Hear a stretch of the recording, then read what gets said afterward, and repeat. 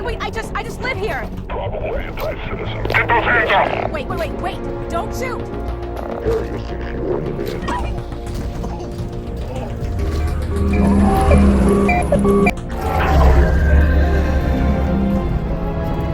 Give us names. We didn't steal anything. Don't care. What did you see?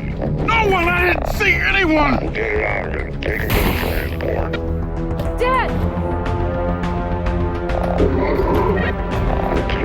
Hey, wait, no!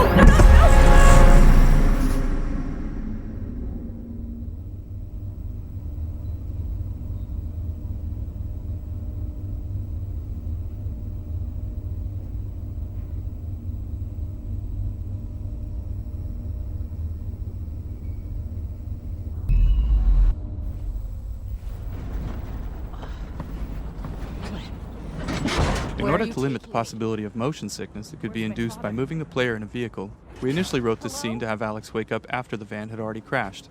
Players found this underwhelming, however, since the game seemed to be needlessly holding back an exciting moment that they could have experienced for themselves. Addressing this meant that we had to tackle the technical problem of moving the player comfortably in a vehicle. In this van, and in the train at the end of the map, you'll notice that the outside world is only visible through small windows. These outside views are necessary to provide motion parallax, but the small window size ensures that the player's field of view is always dominated by the vehicle interior, which is naturally in the player's own frame of reference. This greatly reduces the occurrence of motion sickness. Aside from the parallax of the outside world, we use animated lighting and careful sound design to produce the effect of riding in a vehicle. You have been in an accident. Take the handset. Alyx, you there? You've got to get moving. Russell, I've been in an accident. I know! I caused it, so technically not an accident. You've got to get moving. Wait, where's Dad? He's fine. Follow the drone.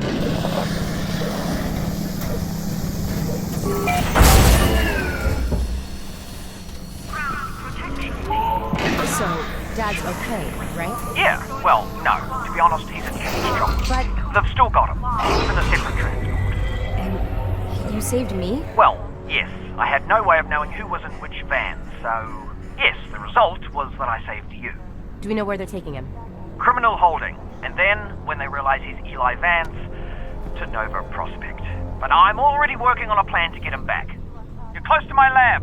Keep following the drone. We'll figure out what to do. Where the last map was focused on conveying a lot of information about the world state to the player, this map is where we need to start the player's larger quest. That means the player must leave this map with an understanding of what's happened to Eli, and what they're going to do about it. The player also needs to meet Russell, so they have a face behind all the radio dialogue throughout the game. Finally, we need the player to collect the gravity gloves and the pistol and learn how to use them both. This is a daunting list. From experience, we know that if we cram all that into a single scene, players won't be able to remember more than a couple highlights. So this map's purpose is essentially narrative pacing. We need to draw apart the required events, separating them with enough time and space that players could ingest and remember them. At the same time, we're a little under the gun. Playtesting showed us that by now, some players have been playing for 30 minutes, and they're wondering when they're going to see some enemies.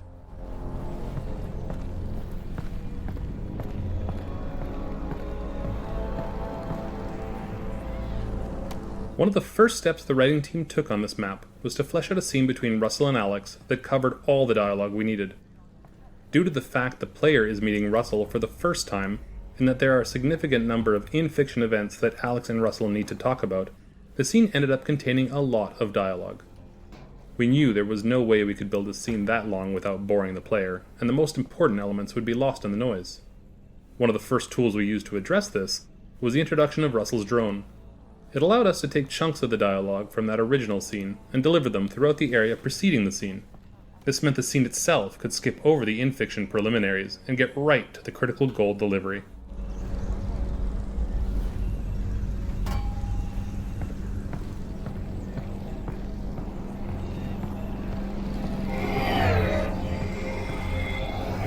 Russell, what did you guys find back there? Well, that's the crazy thing. I don't know. Just blurry pictures of a building. The Citadel? No, something else. And whatever it is, they're going to kill anybody who saw it. And anybody who knows anybody who saw it. Which means us and your dad. Russell, just hang on. I'm almost there.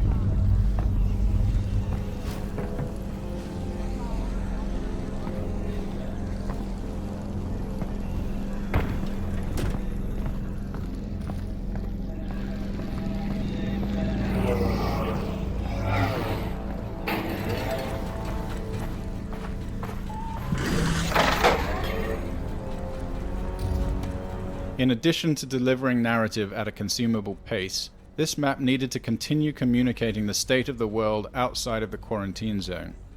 We also wanted players to understand when Half-Life Alyx takes place in the larger Half-Life timeline, and to see for themselves the massive scale of the Citadel under construction. The power of the Combine is embodied in their indifference towards humanity. They've conquered Earth with little effort and are now plundering it for their own ends. They put a modicum of effort into their propaganda, but it's ultimately uncaring. Later in Half-Life 2, we see Breen's attempts to talk to humanity with more seriousness, but it's unclear whether that directive comes from the Combine or if it's just Breen's attempts to be useful to them. Meanwhile, the Combine construction is brutally efficient. The Citadel's pervasive feeder cables make no attempt to fit into the lives of the residents as the Combine drains the city of its power. Within this playground, a nostalgic nod to Half-Life 2, this enormous cable has been run right through the mural on the wall, demonstrating the Combine's total lack of interest in the history behind the city.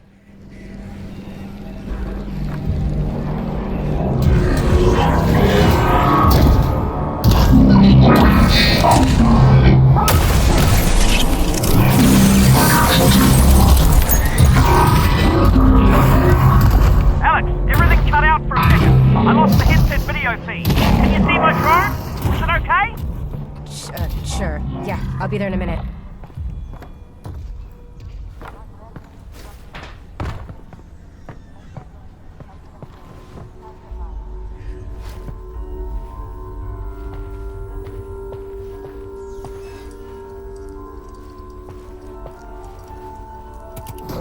Alyx, great.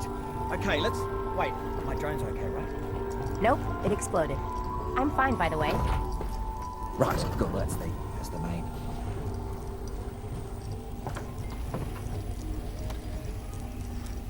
Russell, they've got Dad. I know. This is bad. They're gonna find out what he knows, and then... Yeah, they're gonna kill him. Oh, God. But, the good news is, we've got something they don't. Which is? My plan to get him back. Great. Let's hear it.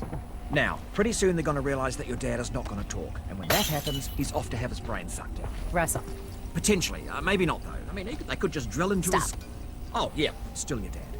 Right, well, what they will do is take him by train from here. This is Eli. To Nova Prospect. And if he gets on that train, that's it, right? Not necessarily. Grab something that represents us. Okay, that's you.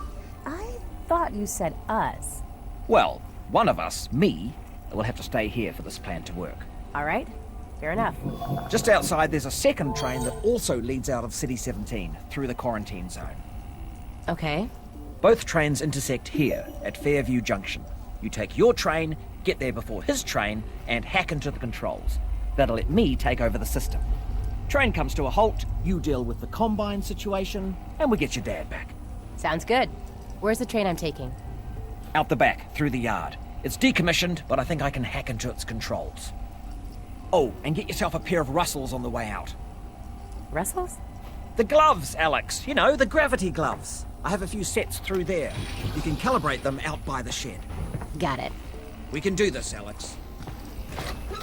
You got that, didn't you, that I said we could do it? Because we're gonna do it. Yeah, we are. I'm with you every step of the way. Russell's laboratory is the first time the player is in the same room as another character, and it highlights one of the main challenges we face when designing choreographed scenes in VR, keeping the player and characters out of each other's space. In previous Half-Life games, we could always forcefully move the player if we really needed them out of the way. We made several attempts at finding a similar solution in VR, but found that it often made players feel deeply uncomfortable or disoriented. So instead, we designed these spaces to allow for a natural separation between the player and our characters. Where natural separators couldn't exist, we had to restrict players from moving into the character's space, removing that limitation as soon as the character had moved out of the way. Another challenge was balancing how often characters respond to player actions while delivering important narrative information. In early experiments, we allowed characters to stop mid-sentence, which allowed them to respond immediately to the player, and then continue on with their dialogue. While technically straightforward, this was incredibly difficult to execute in animation and dialogue without feeling unnatural. The combination of custom reactions necessary to cover the range of possible player interaction and their resulting return to narrative dialogue quickly multiplied out of control. Eventually, we settled on a solution where we allowed only a minimum of interactions during the important narrative delivery sections, and a wider range of responses to more complex reactions after the scene has completed. In the case of Russell, we layer subtle head facing and natural eye contact on top of his performance while he is talking with Alyx. Then, after the scene, when he is typing at the computer, he will respond to players trying to touch him or objects being thrown around. Right from our earliest experiments in VR, we learned that players expect a high level of audio fidelity, even from minute interactions, particularly when the sounds are meant to correspond to clearly observable visuals. For instance, in one of our prior games, it may have been acceptable to use a generic sequence of computer key sounds when Russell was typing. In VR, however, we know that a player can observe the animations very closely, and even put their head right next to Russell's keyboard if they choose. In this case, players would notice a lack of one-to-one correspondence between the key press animation and sound. For Half-Life Alyx, we authored a set of individual key press sounds to be driven by animation. For example, as Russell's fingers animate to press a key, one of these key press sounds is played, resulting in precise synchronization of the animation and sound.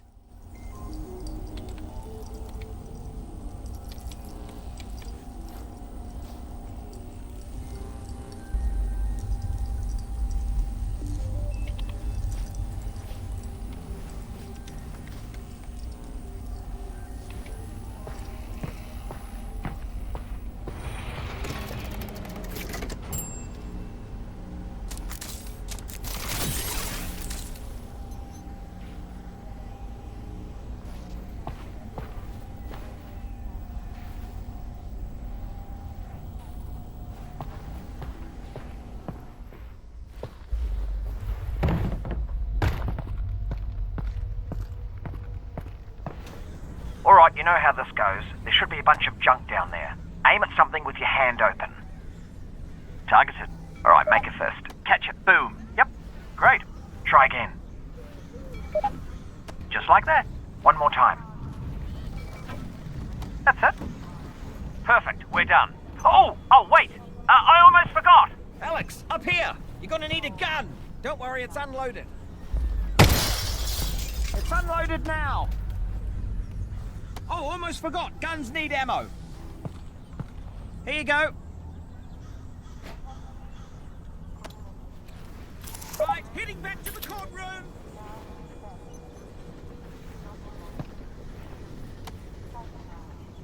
When a player pulls an object with the gravity gloves, we use the game's physics engine to apply a launch force to that object with a trajectory that is partially influenced by the direction of the player's pull gesture.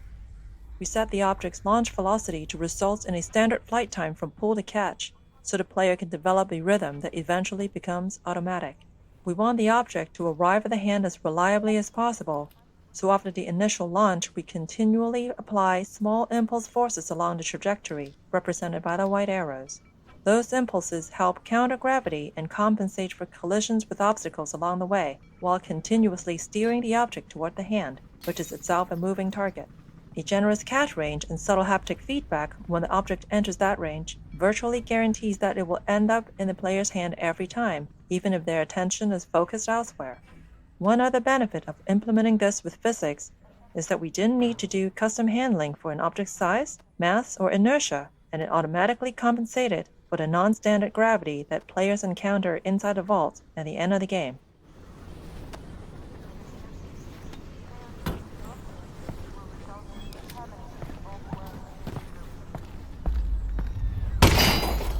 Oh, you took care of that lock then. Good. Great. Did have the key for it, but should have given you that. That's on me. Alright, here we go. Next stop, Fairview Junction. Thanks, Russell. And good luck, Alyx. Goodbye. Obviously, just to let you know, I am still here, though. I know.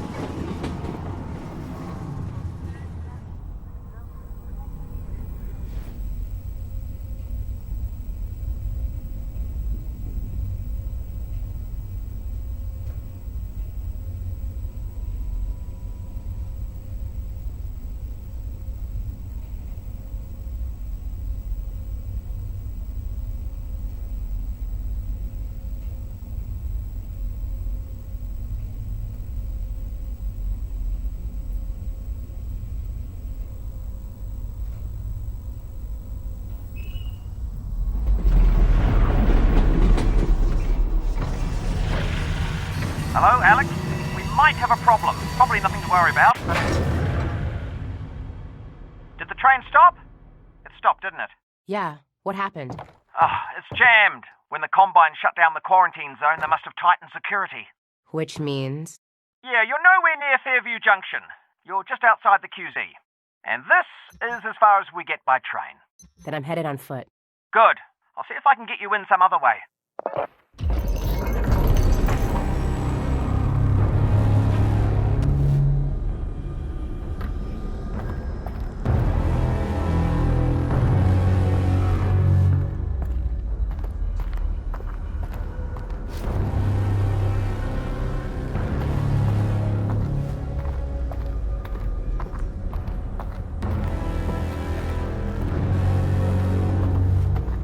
I got a dead zombie here. I thought the Combine sealed up the QZ. This one must have squirted out. I've heard they've had trouble with barnacle spores outside the containment area, but not about fellas like this. Probably not a one-off then. I doubt it.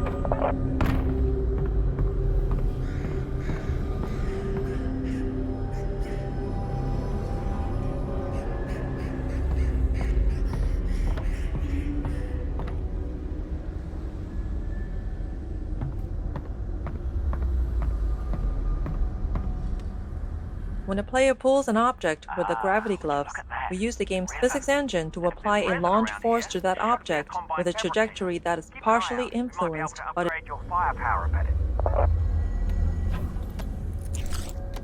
When a player pulls an object with the gravity gloves, we use the game's physics engine to apply a launch force to that object with a trajectory that is partially influenced by the direction of the player's pull gesture. We set the object's launch velocity to result in a standard flight time from pull to catch, so the player can develop a rhythm that eventually becomes automatic. We want the Even in our earliest experiments in bringing Half-Life to VR, we found that players enjoyed exploring every nook and cranny of the environment. With the increased fidelity of VR, players not only expected to be able to interact with a vast array of objects, but they also had a strong desire to find something useful from time to time. This was so universal among testers that in addition to more searchable locations and interactive objects, we added a new resource, resin.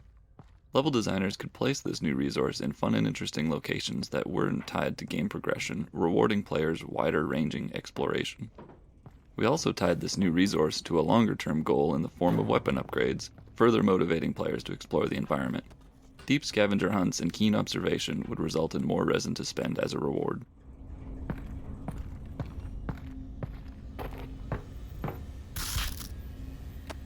Internally, we refer to this type of puzzle as a toner puzzle, due to its similarity to a real-world cable toner tool that can be used to locate electrical wires in walls. The toner mechanic was conceived as a tool for designers to craft player experiences around knowing that the player had to put their head and hands in specific locations. The initial design merely required the player to use their multi-tool to push a ball of energy along a path, similar to a child's bead maze toy.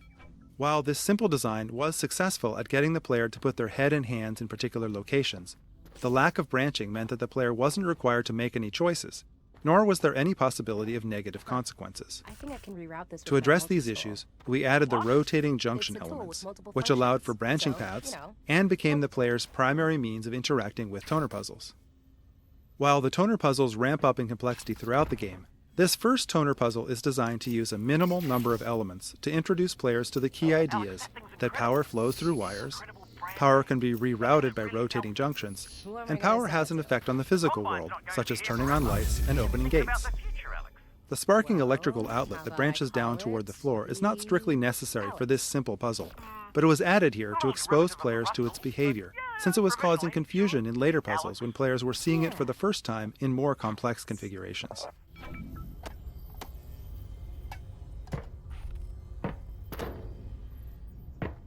Oh, a health station. Russell, the Combine use these. Are they safe for people? Yeah, I use them all the time. Ow! Ow, ow. Hey, you were right. These are great.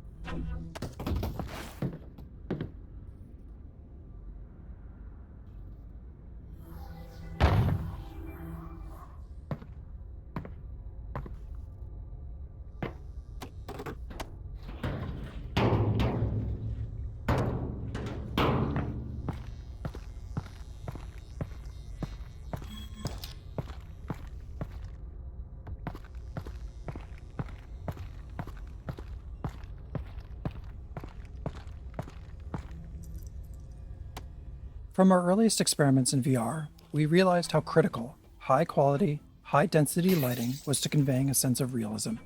In game development, any technology choice involves trade-offs between quality, runtime performance, and development time. For Half-Life Alyx, we chose a high-quality, high-performance light mapping solution which required a significant amount of offline preprocessing. We performed the light map preprocessing using a render farm, which could take several hours for a single map at the highest quality, and we put a lot of effort into mitigating the cost of that high iteration time for designers on the team. Specifically, we implemented a real-time approximation to the final lighting result, which allowed designers to light scenes in real time with confidence that the high-performance light maps would match their intent. Most lights in Half-Life Alyx are baked into a single term that describes distance falloff and shadowing, allowing us to change the brightness and color of lights in real time at no cost. This encoding also allows us to apply shadows from dynamic props and characters without having to render any static geometry into shadow maps. Our light maps store directional information using the popular ambient highlight direction encoding, an improvement over Valve's own radiosity normal mapping technique pioneered in Half-Life 2. This new light map encoding ensures that the bumpy surfaces can appear bumpy even when not under direct light. This blinking light source provides a good illustration of this technique, as you can perceive the surface detail even during times the light source is off. Barnacles, while an iconic Half-Life creature, presented some interesting VR-specific challenges. While their tongue is intended to trap hasty or unobservant players, those caught by them often didn't realize what was happening. They would become disoriented or even motion sick as the barnacle lifted them up to be eaten. These unfortunate players almost universally died, and failed to learn what was happening even after multiple encounters. To address this issue, we created the tongue as a particle system. This allowed us to both physically simulate it as well as reliably position it for maximum visibility. If a player does get grabbed by a barnacle, the tongue always wraps right in front of their face, no matter which direction they try to look. This makes the tongue almost impossible to miss and visually guides the player's eyes up to the location of the barnacle, so they know where to shoot to free themselves. These fixation visuals that kick in as the player is being lifted not only serve to communicate the damage the player is taking, but they also help to reduce motion sickness by narrowing the player's field of view. These changes, combined with sound effects and other visuals like seeing stars and blacking out, eliminate confusion for players and enabled us to bring this classic enemy into the world of Half-Life Alyx.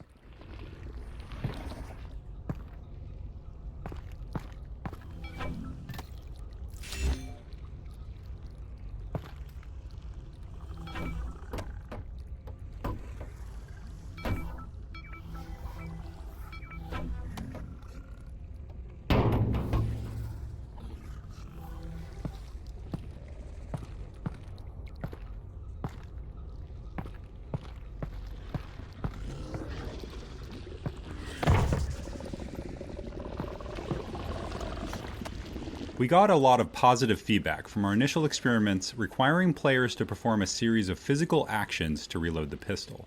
Specifically, ejecting the clip, retrieving a new clip from their backpack, inserting the clip into the gun, and chambering around. Players enjoyed learning and improving at this skill. We experimented with using a single button for both ejecting a clip and chambering around, but we found that assigning these operations to two different buttons was more interesting, even though it was more mentally taxing. In fact, it was more interesting precisely because it was more mentally taxing, as players would frequently mix up the buttons under pressure. In the early stages of the game, players would be fumbling for clips, ejecting the clips when they meant to be chambering around, and generally making a mess. To those of us observing the playtest, this looked like things had gone horribly wrong, but players themselves consistently cited this as a high point of their playthroughs. Because of the physical nature of the reload, and the skill required, players blamed themselves and not the game for the mistakes made as they were learning the reloading sequence. In this area, we provide a number of static targets in the form of barnacles for players to shoot at their own pace, increasing the likelihood that they have at least a few reloads under their belt before moving on.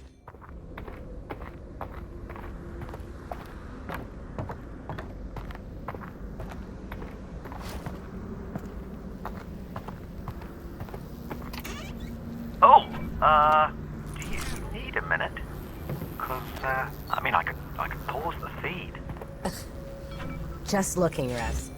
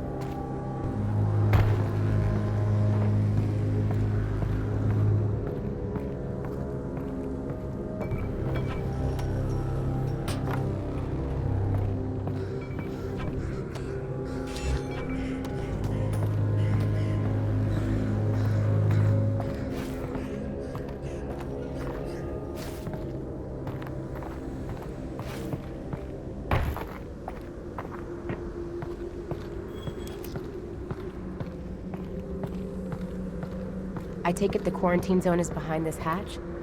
Yeah, that's where they keep it. I'll look around for a control panel to open it up.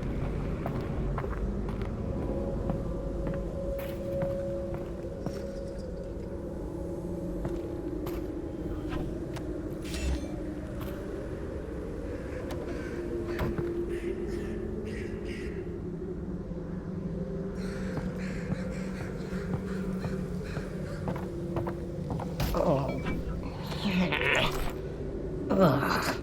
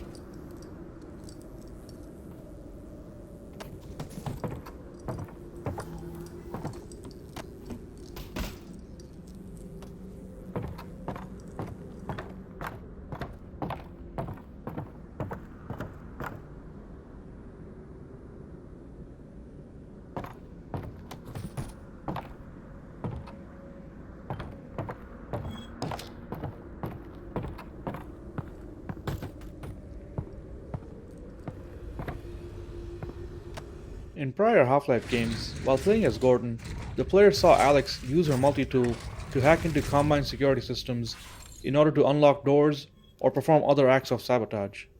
This presented an opportunity for us to represent Alyx's hacking skills through VR-centric minigames. All of our hacking minigame designs were built to leverage the independently tracked head and hands common to today's VR systems. We wanted to encourage players to use both hands simultaneously and move their head to create parallax to understand the spatial relationships within the puzzles. This locker hacking puzzle is based upon one of our earliest prototypes, in which the player was tasked with using a tool in one hand to paint a path on a sphere held by the other hand. There was just something fun and unique about using all of the natural degrees of freedom of both hands to solve a puzzle in VR. In its simplest form, this puzzle solution is straightforward, but the difficulty gradually increases throughout the course of the game by introducing static or moving obstacles of various shapes and sizes on the sphere.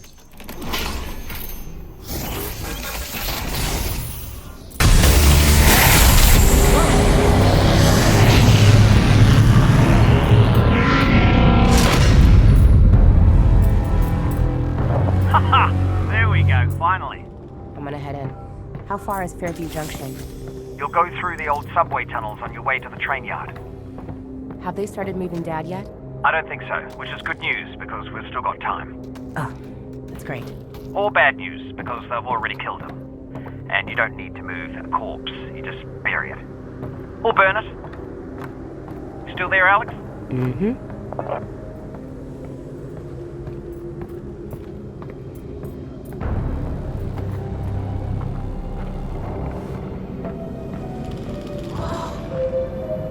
Russell, are you seeing this? Whoa. All right. Here we go.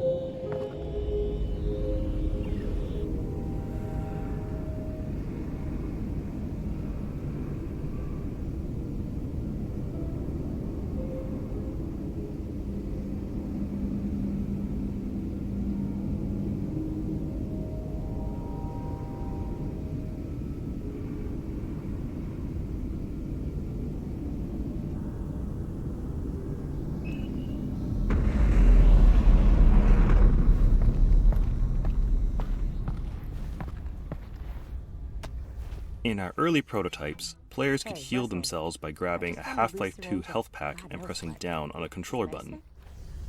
Does it have a skull and crossbones on it? I don't see one. Probably medicine then.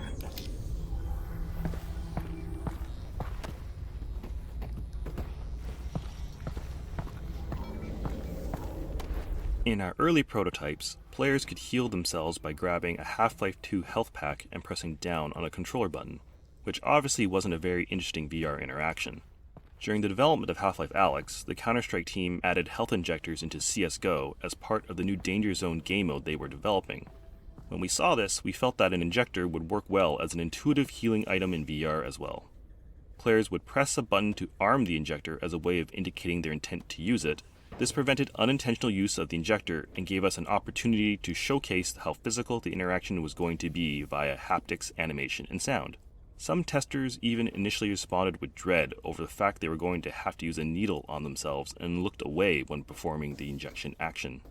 We also had to create approximations of the player's arms and body, as playtesters all had their own preferences for where they wanted to apply the injection. We even added the ability to inject into the head since so many players tried to do it just to see if it would work.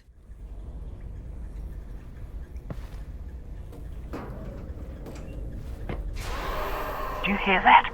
What is that?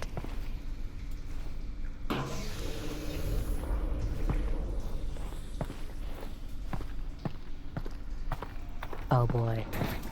Yeah, that's the way we gotta go. No shortcut? Yeah, that is the shortcut.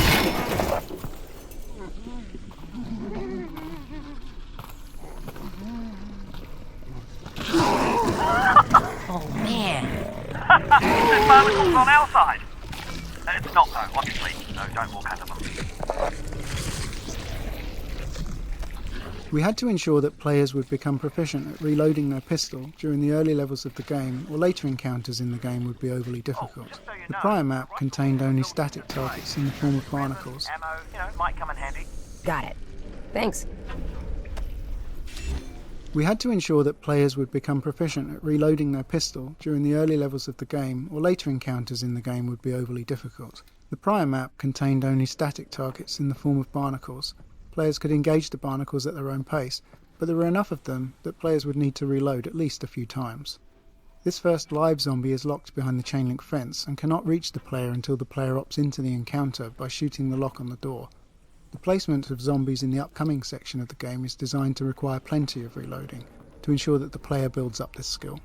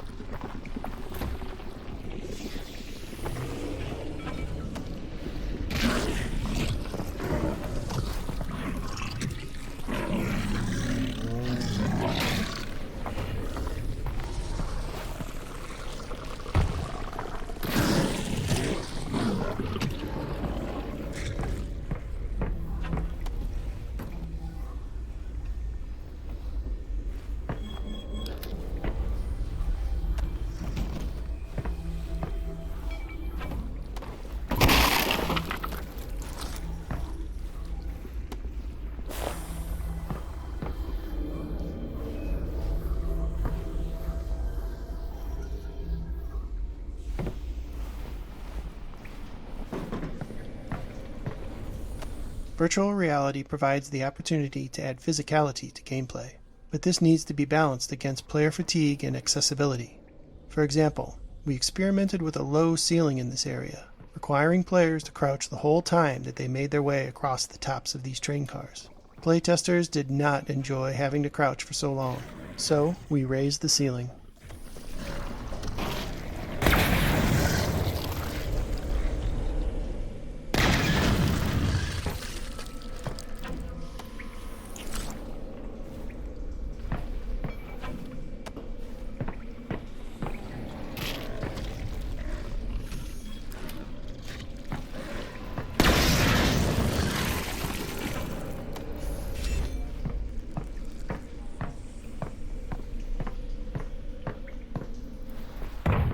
Oh boy.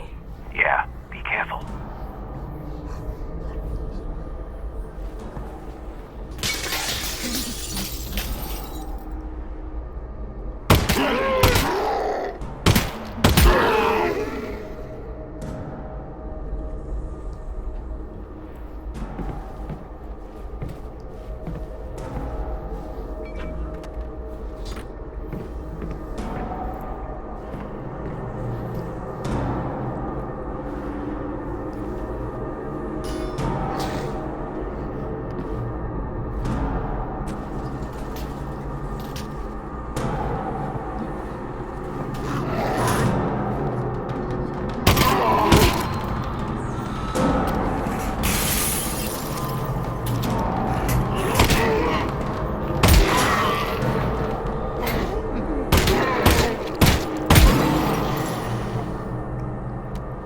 The breakable glass panels in Half-Life Alyx are yet one more system designed to convince players that they are present in a living, breathing world. The panels detect the position of an incoming impact and procedurally generate new, smaller glass panels in a radial pattern around the impact position. These new panels can then break into smaller panels themselves, and so on. We found that players would often break glass panels accidentally, then spend time testing just how interactive they really were by trying to break them more, eventually realizing that yes, the glass really did shatter at the appropriate location. At one point, we experimented with building special puzzles out of breakable glass, but in the end we found the glass to be more appropriate as a passive interactive element in the world, one that reacts in a satisfying way to a variety of impacts, from zombie melee attacks to incoming gunfire or any other physical interaction in the game.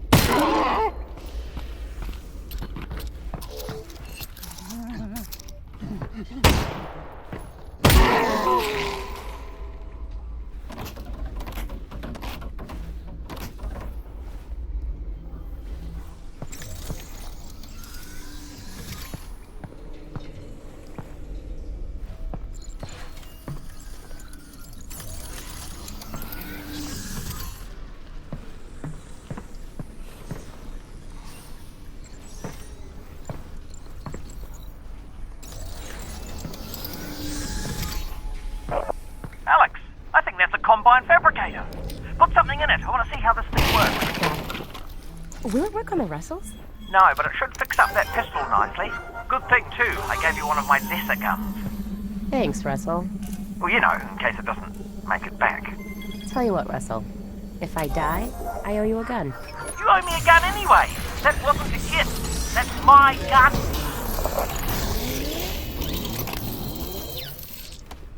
Weapon upgrades are a new feature for the Half-Life franchise, and fictionally this mechanic paired well with Alyx's tinkering nature.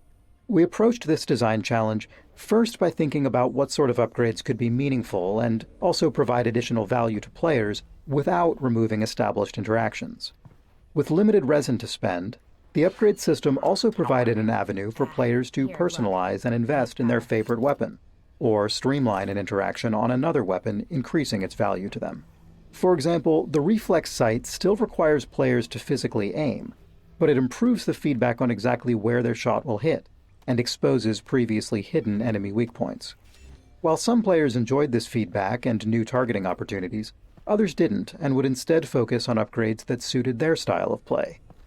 This allowed players to spend their limited resin on upgrades they cared about the most. Another aspect of weapon upgrades that we focused on was not necessarily obvious when we first started to design and test combat in VR. Due to the more physical nature of combat in VR, it can really push on the mental and physical capacity of certain players, as they're required to utilize both their hands and move their head to take in the environment dealing with enemies. While this is a very natural experience, there's also a lot going on at any given point with reloading and combat. As we observed players in some of these more intense combat situations, we started finding opportunities to allow some upgrades to reduce the number of times a physical interaction was required, or reduce the complexity of a particular interaction. The autoloader on the shotgun is a good example. When added to the shotgun, the normally slow, methodical action of feeding shells into the gun is replaced with a far simpler, faster interaction of slapping the shells into the autoloader before they get automatically fed into the gun. This allows players to look around, focus less on the gun while reloading, and take in more of what's going on around them.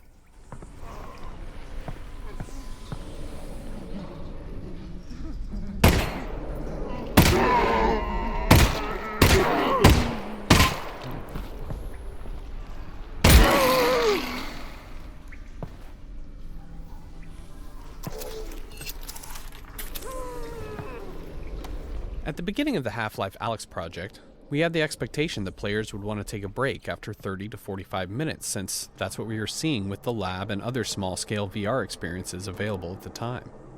Because of this, we designed the pacing of the game's levels around play sessions of that duration.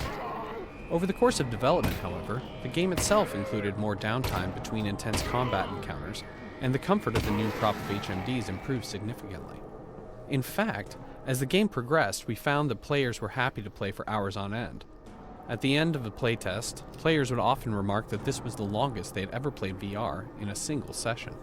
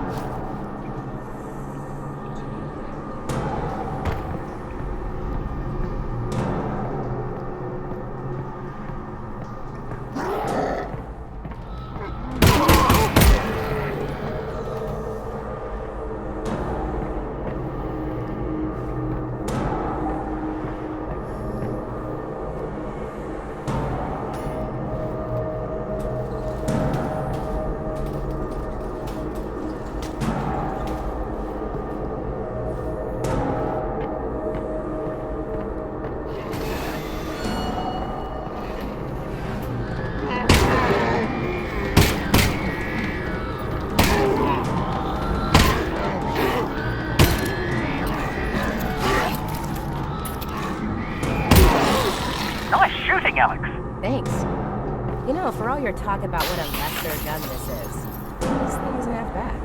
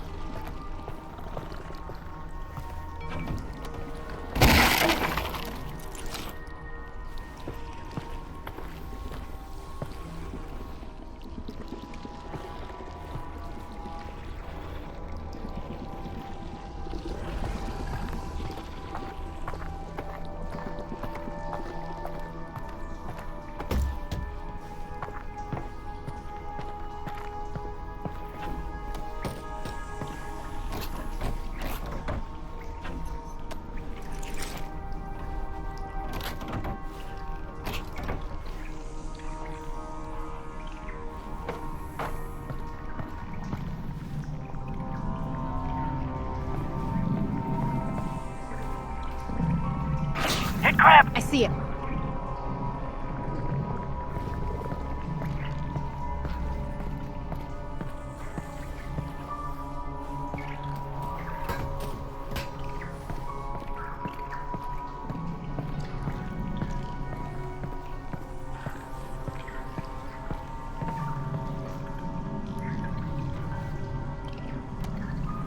Until this point in the game, players have only seen headcrabs attached to the heads of zombies.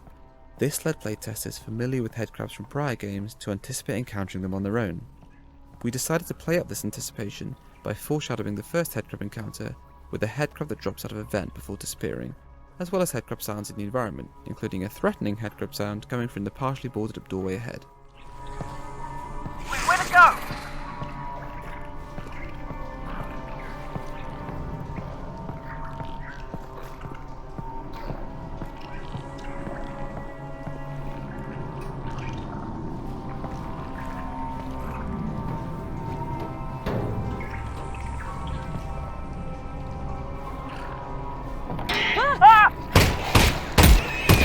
Yep, there it is. Found it.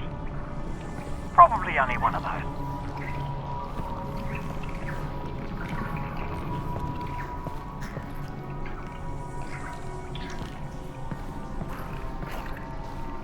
Okay,